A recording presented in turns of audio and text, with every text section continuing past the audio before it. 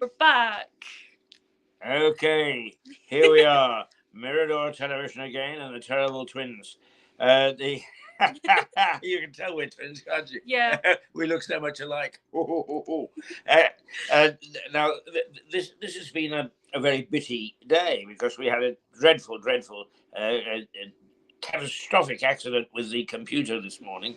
But what it's done is it's allowed us to experiment a little, and so some good things out of what is it? Out of goodness comes forth, no, out of evil comes forth goodness. Yeah. And I think that's a biblical quote. We've learned some new skills. Absolutely. So there are a few things that perhaps we will start to add into Mirador. And let me tell you now is that because of a miracle worker sitting to my right, you can get us on TikTok now. Yeah, you can get us on TikTok and Twitter.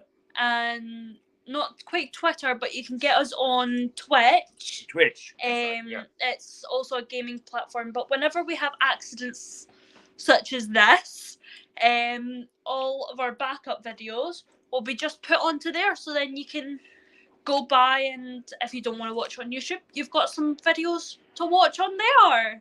Well, there we go. So we're all over the place. Yeah, we're now scattered. Spread globally, as we said that we always were.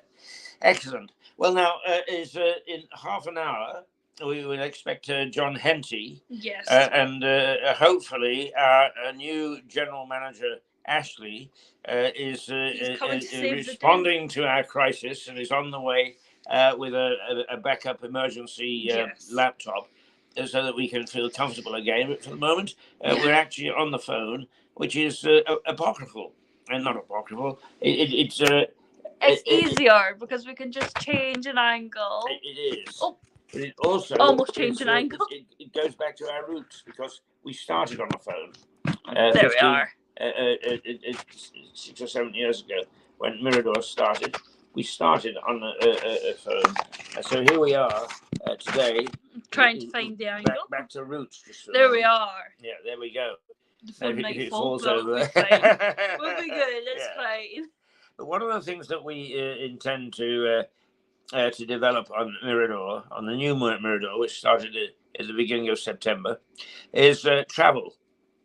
And while we're developing our correspondence and where we should go, we thought we would spend 10 or 15 minutes chatting about our experiences of travel. Yeah. Now, I've been to 60 countries in the world and worked in 40.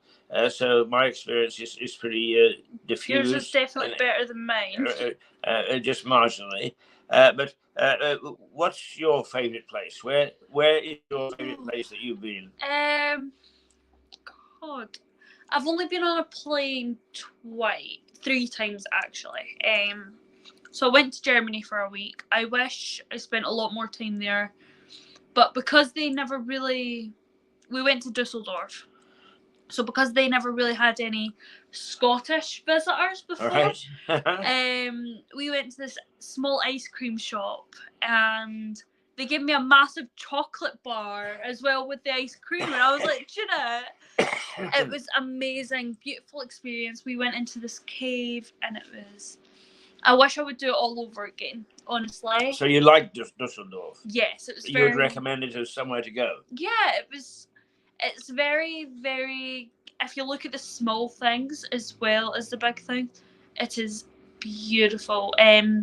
We got a tour of where they used to do the Winter Olympics there in Winterberg, where I can't remember what the sport is, but it's like they run with the snow sleds kind of thing. Right. And we got to go onto that track and walk around it and everything. It was brilliant. And we got to sit in one and we got the experiences of a lifetime, and it was amazing. Ah, that's wonderful. That's wonderful. I've been to several places in Germany, but the one that unfortunately you'll never be able to go to is because it's now disappeared. Is the Berlin Wall.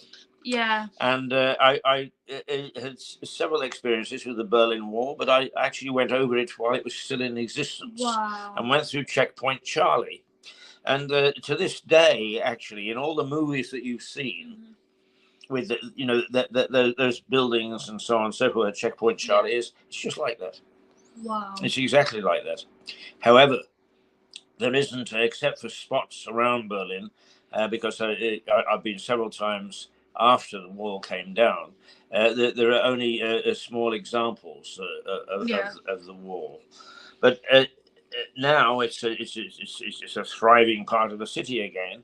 But just at the time that the wall did come down, in the Brandenburg Gate, between there and going into East Berlin, it was waste ground, because it was where the space between the wall, the two areas of the wall, and I was very impressed with, because Germany, East Germany particularly, is very impoverished. Yeah.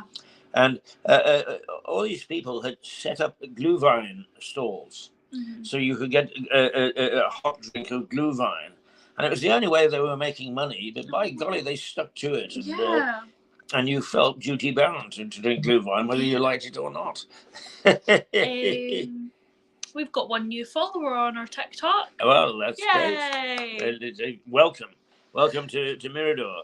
It's quirky as old hell, I warn you. But nonetheless, we like to think that we have fun. Now, tell us a little bit about Dusseldorf.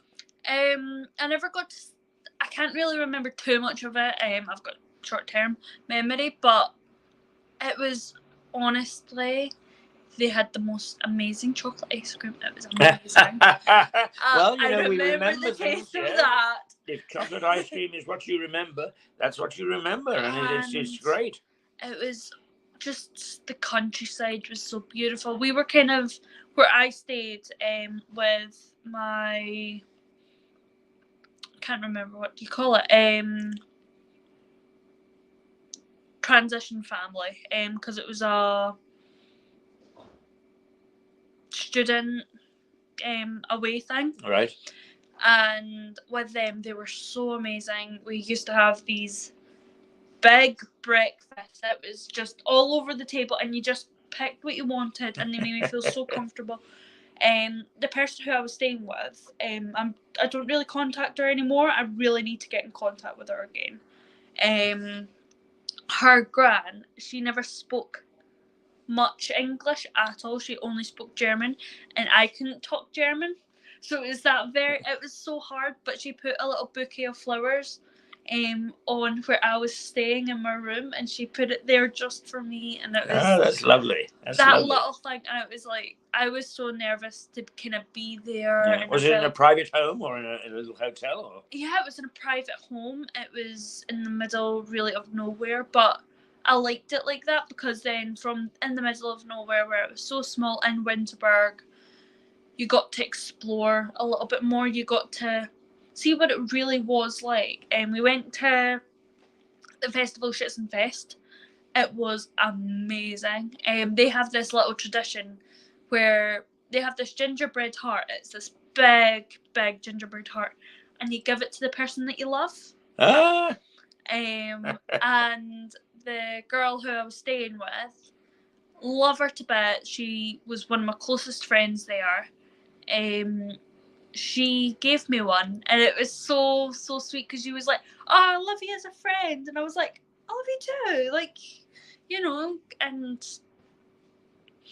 it was honestly, it was so much fun. I still was under the drinking age, so I never got that experience. But the gingerbread heart I kept it for, I never ate it at all. It had such sentimental value to me. So I kept it for months and months on end, until my granddad looked at it. It's like, "Bethany, it's crushed." I was like, don't. He's like, "No, it really needs to go in the bin." I was like, "No, it doesn't." So we did have to put it in the bin eventually, and I was so upset. So sad. But yes. I do want to go again with my fiance. And where was the second flight that you took? We went to Ireland, Southern Ireland. That's where my dad's side of the family's from. Mm-hmm. So I'm a little bit of Irish, which is great. My granddad was an Irish traveller. So I have that little bit of like wit on me. Right. So where did you visit in Ireland? So we went to see my great auntie Geraldine. I love her to pieces. She's amazing. She showed me our family's manor. Where was she? Where did she live? Where did you go? It's between Kilkenny and Cork. Ah, right. Yes. So we're right in between. So we got to see our family's manor. Right. That was sold to another family.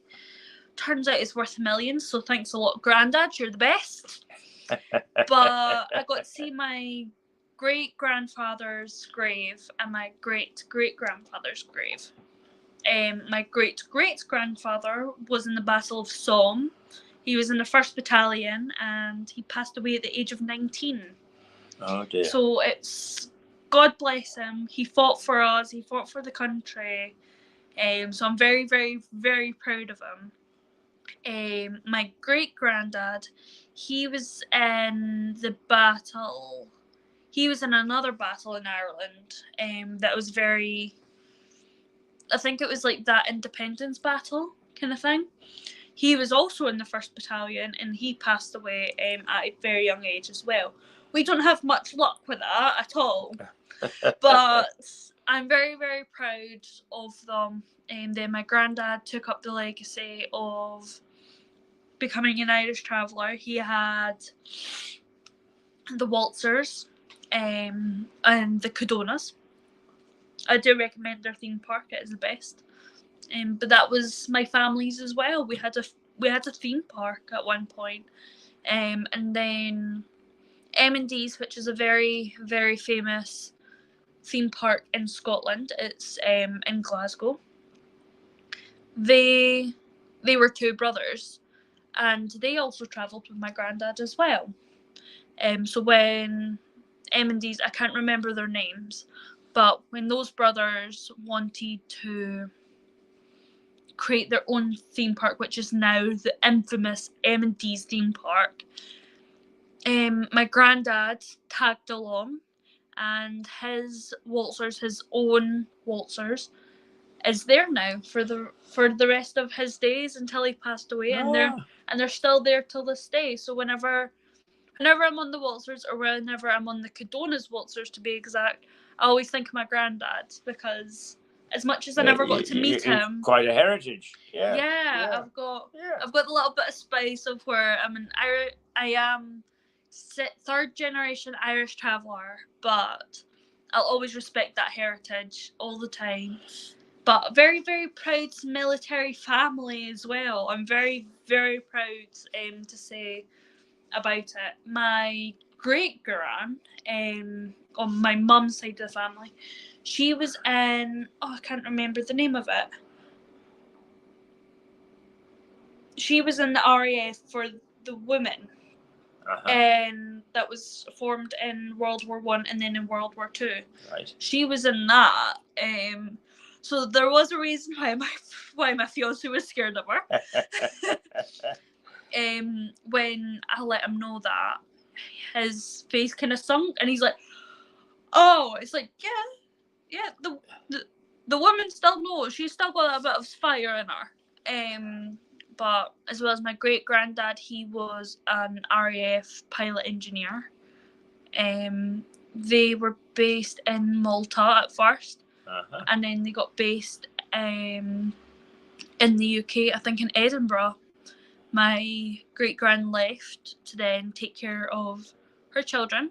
But then when it was foggy, since my gran kind of got raised in Malta a little bit with my uncles, when it was really foggy outside, she's never obviously seen fog being in Malta. She was outside when she seen it, and then she ran back inside saying, "The sky's falling, the sky's falling." not understanding. So God love her, but whenever now there's fog or anything, I think of the Chicken Little scene where the sky's falling. Now, did you like Southern Ireland?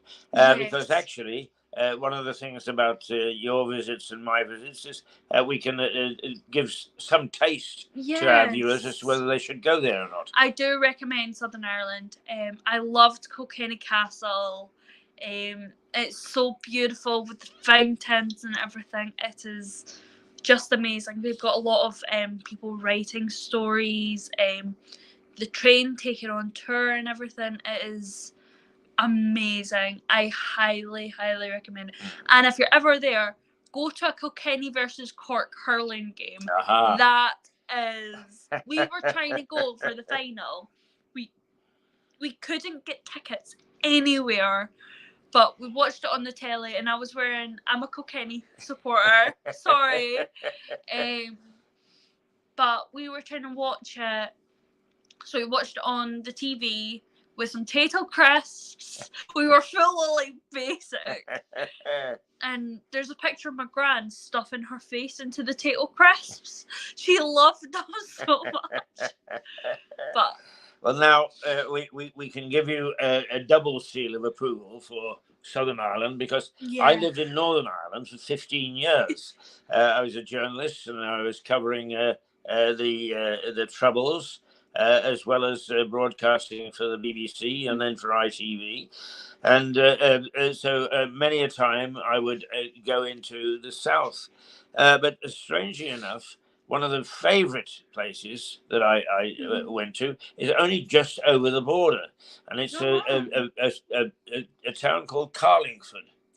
And Carlingford has got a bypass, so the town has stayed almost medieval. Wow. And there are water troughs coming down out of the mountains, out of the Mourne Mountains. And some of the citizens of Carlingford go and still use it to wash their knickers in. And wow. But there is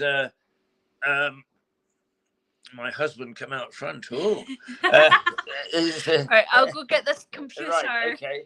I'll continue to tell people about Carlingford. Definitely. Carlingford is it's a small town, but it has an oyster festival, a very famous oyster festival, and each year the town is absolutely clogged with people, and it is a marvelous occasion and a marvelous place to go.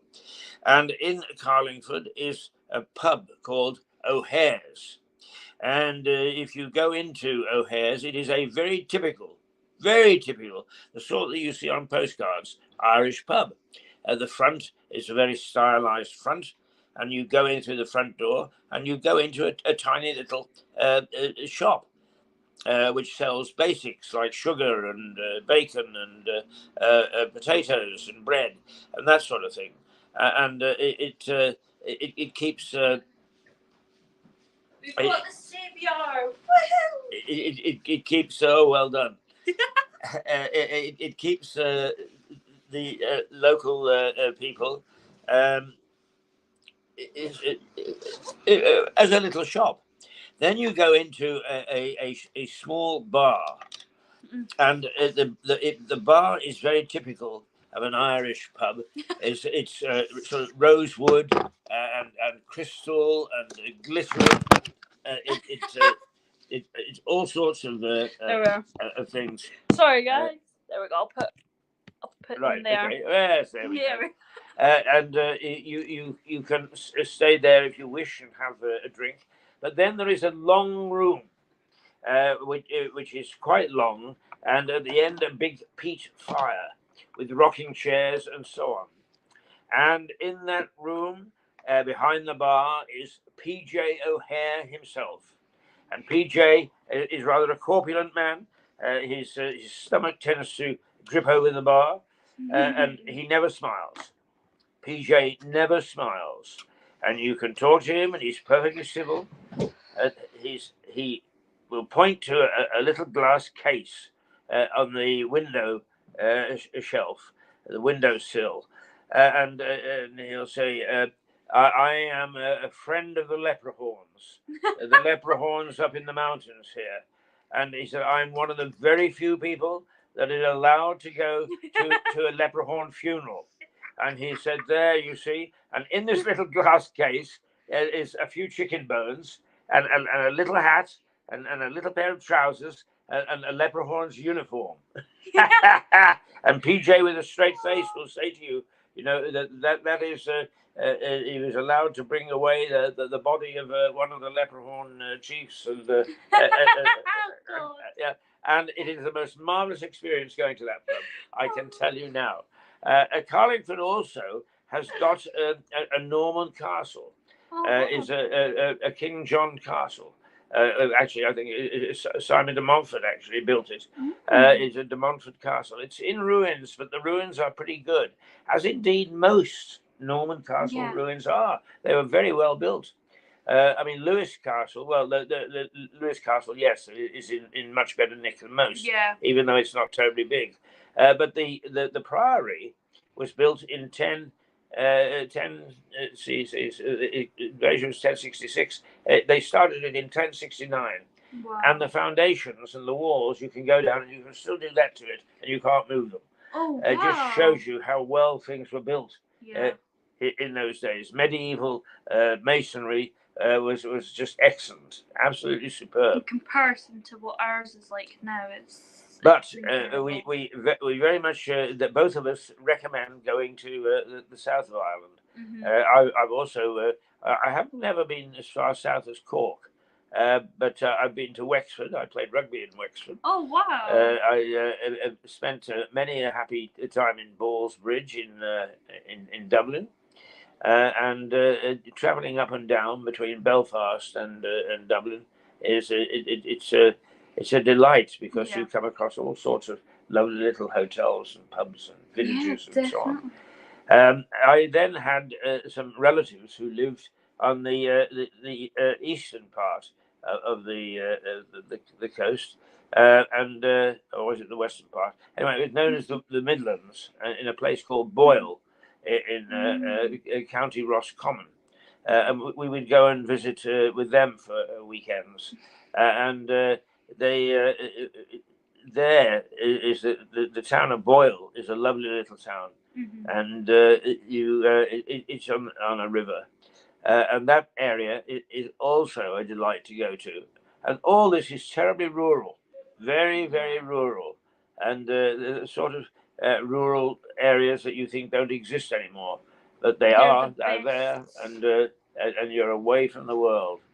Absolutely away from the world. So that's one recommendation. Then we would say go to Berlin, but Berlin is a changing face. Yeah, definitely. It's not the Berlin that I remember, or I think that you would remember. Not that you were in Berlin, but I was in Nuremberg. And Nuremberg was an interesting place. And of course, as a journalist, the first thing that I was with some colleagues, the first thing that we asked was, can we see where it all happened, where the big mass rallies? And they sure them say it's just a field. Oh, there's nothing really to see. It was all tarted up by the Nazis for these great big mass rallies. Well, how about the judgment at Nuremberg, where the Nazi trials took place? No, it's just a civic room. Is essentially they don't like to be reminded about. Yeah, a lot of Germany doesn't want to be reminded about what's happened. We weren't allowed to talk about what happened either. That was very taboo for us to do. We were told off if we even bothered to.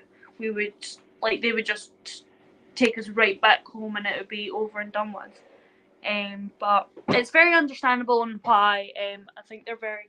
I'm just going to grab the Wi-Fi password. Yes, they're sensitive about it, and quite rightly so. And I think that some of these small towns, I do remember that Nuremberg was a bit like Lewis. First of all, it's very hilly, and secondly, they've got lots of pubs. Yeah. So I would recommend also Nuremberg, Not because you're going into the heart of Nazism, and you do get that feel for it wherever you go if there is anything significant taking place. But also it's a lovely little German town, and it's let's see, saved your snap in Snapchat. Yeah. Oh gosh, we're getting all sorts of reaction to this morning, aren't we? So with our travel recommendations, between the two of us, we've been to we recommended this morning Germany, and we've recommended the Republic of Ireland. Yeah. And I would recommend both places to go, whether it's for a short stay or a long stay. But one thing I would say to you both about both is, Here we've got sunshine. Give me sunshine. Oh, the world. He is here. Yes. He is here. And right, okay. Well, we had a crisis with the camera this morning. Woo! So Bethany is just setting up a proper camera for you. Yeah. And then we shall pull you in, and you will do your usual thing. We're trying. And so in the meantime, I'm just talking about where we've travelled to, and we both agreed that Germany and Ireland, Southern Ireland, that is, are both places worth going to. Where's your favourite place, John? Gibraltar, right? Why Gibraltar? British. And likely to remain so, I think. Hooray! It's not connecting me to the internet now. Oh no, please. Well, it should do eventually, shouldn't it? Hopefully. Yes. Okay, look, what we'll do is we'll say toodle pip, and we'll be back in 5 minutes with John Henty, plenty of Henty, and his usual. He's a. You know what he's like. He's Careful. Like, he's like a sprite. He's I would like to say an elderly sprite, but he doesn't look like an elderly sprite. He looks like a sprite, and behaves like a sprite. A leprechaun. A leprechaun. Actually, as they would say over there, a leprechaun. So, Bethany, if you'll say goodbye for us here, then we'll get ready for John in 5 minutes. Toodle pip for now, guys.